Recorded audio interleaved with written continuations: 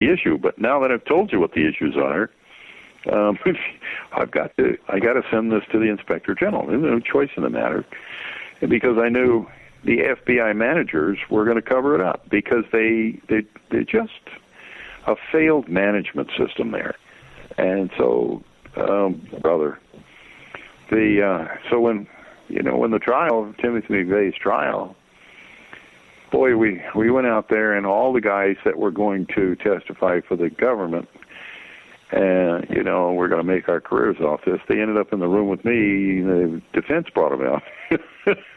So, what can be wrong here? And I went out beforehand and spent 3 days in a room with the defense team and the prosecutors, going through what I had thought might be issues, and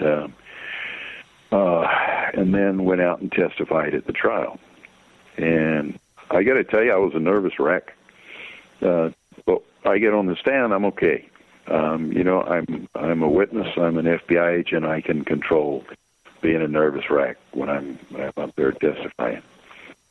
But what happened was a practice of circuitous thought.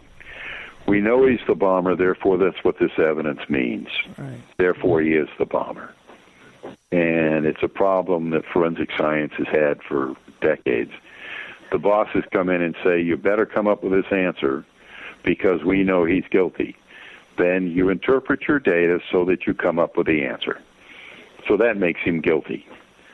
And it again is a phenomenal management failure that couldn't function in industry. It couldn't function in medicine. It couldn't function, except there's no oversight for these people in management. There's nobody's watching the henhouse, if you will. But that was Oklahoma City. That was. And even with this, the FBI, the Department of Justice, has like a 99% conviction rate when they go to trial.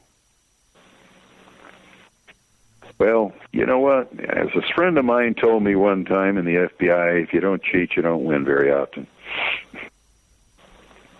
Now, are you yeah, go ahead. That's too bad, because if you win by cheating, you haven't won at all.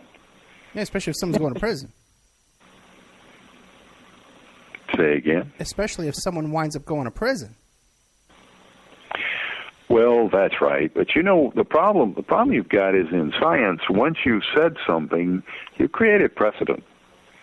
And you can go back, and the lie you told today may not fit the circumstances tomorrow. Mm. And I said that a number of times.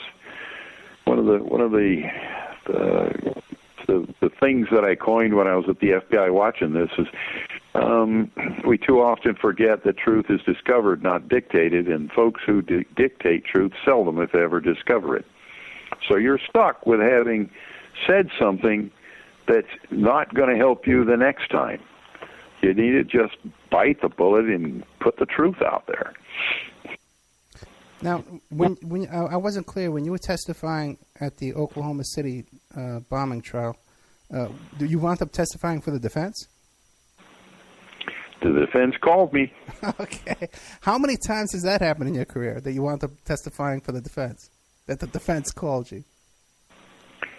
Oh, well, now it happens all the time. Good government doesn't want to hear what I've got to say. But let me see. I testified with the Nichols thing. I've testified, when I was in the FBI, I testified at Terry Nichols, at a hearing involving Terry Nichols. I testified at the Timothy McVeigh trial.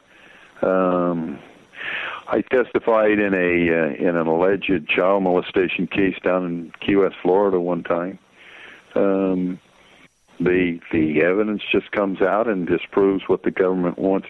It's kind of funny because I go to court and I'm going to testify for the government, and then they hold out all of this garbage flag waving that the FBI gives you, like you're the best in the world, blah, blah, blah. But if you go and you testify for the defense, then they say, yeah, right, you're a nut, you're a whatever, and it's courtroom drama.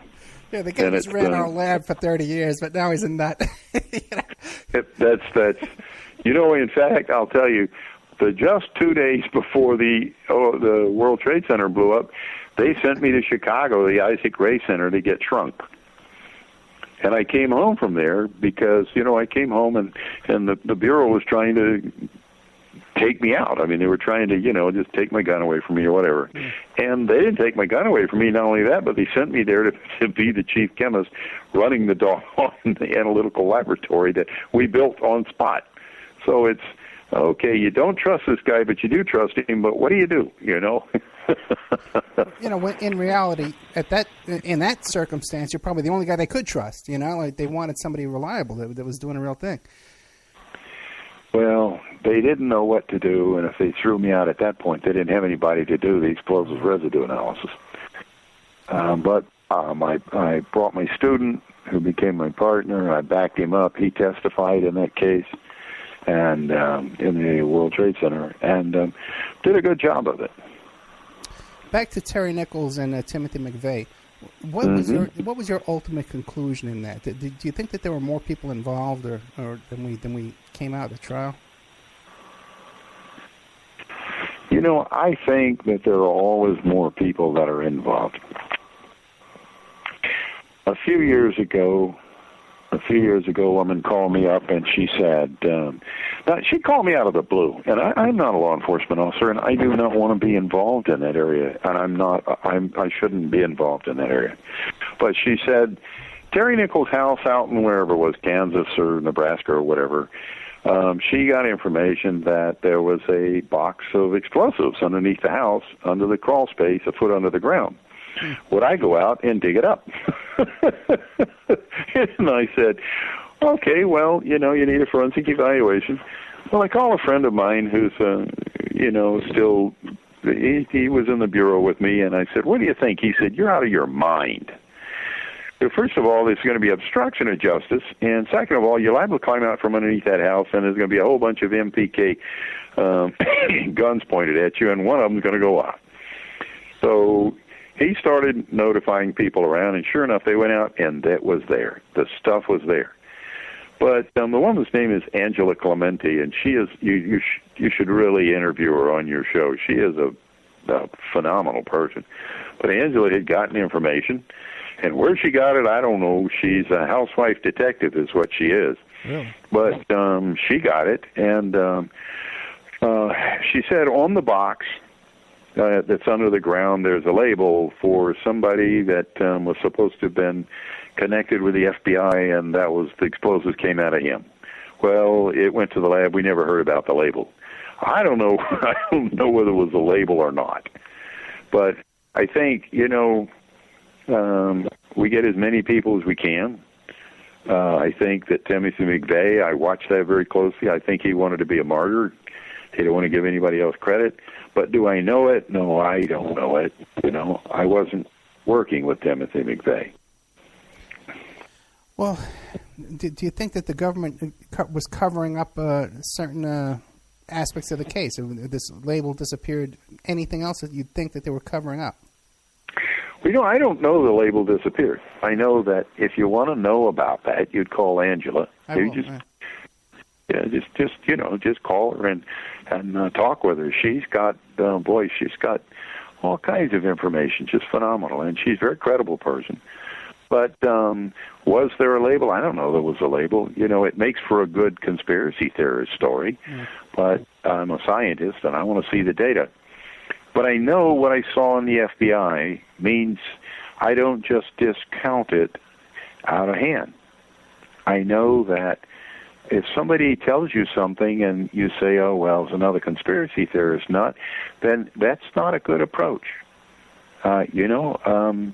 Look at what they're talking about. If you got the time and interest, look at it, and don't simply agree with them, but see what data they've got and how they've put it together, and look for alternative explanations of it.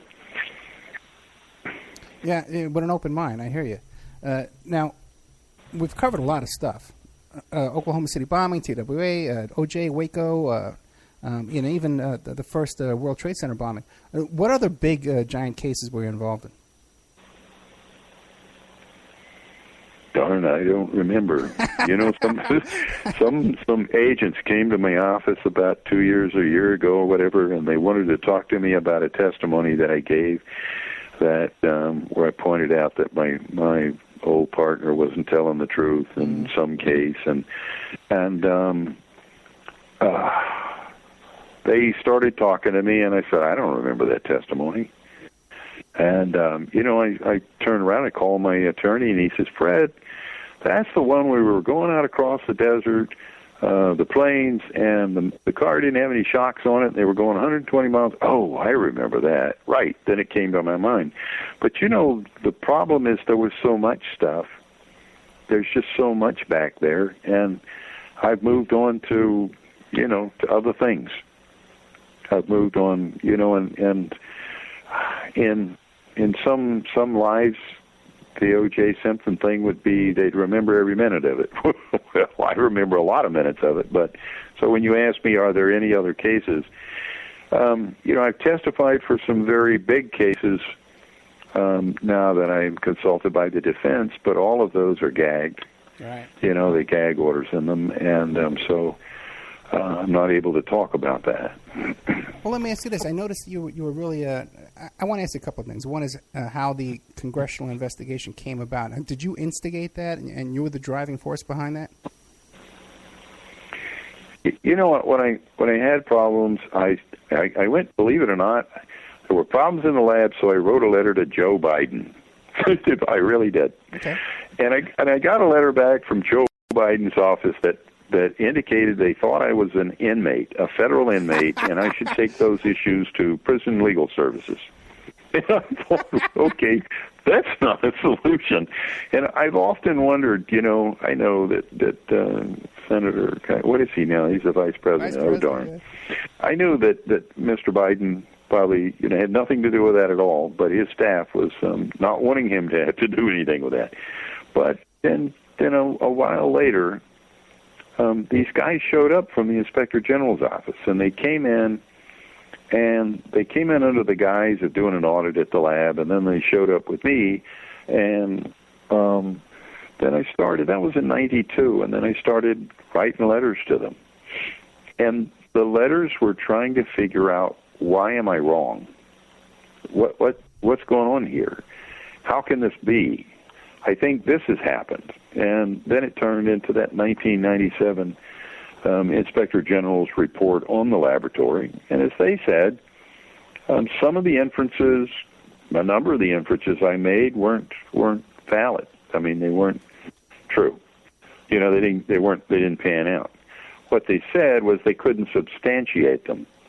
That doesn't mean they were wrong. It means that, you know, the evidence they just couldn't get hold of, or else they weren't right.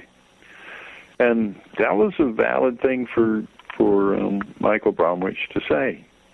But those letters, the blasted O.J. Simpson trial, and Brian Ross on prime time put me out there, and the next thing I know, I'm getting yanked up to the hill by senators that scared the daylights out of me. But my attorneys were, you know, they just, well, I don't know, you know, they're not scared of anything. Okay, but you know, when I hired the law firm, the first thing the senior partner said, Steve Cohn, was, well, we'll sue the president.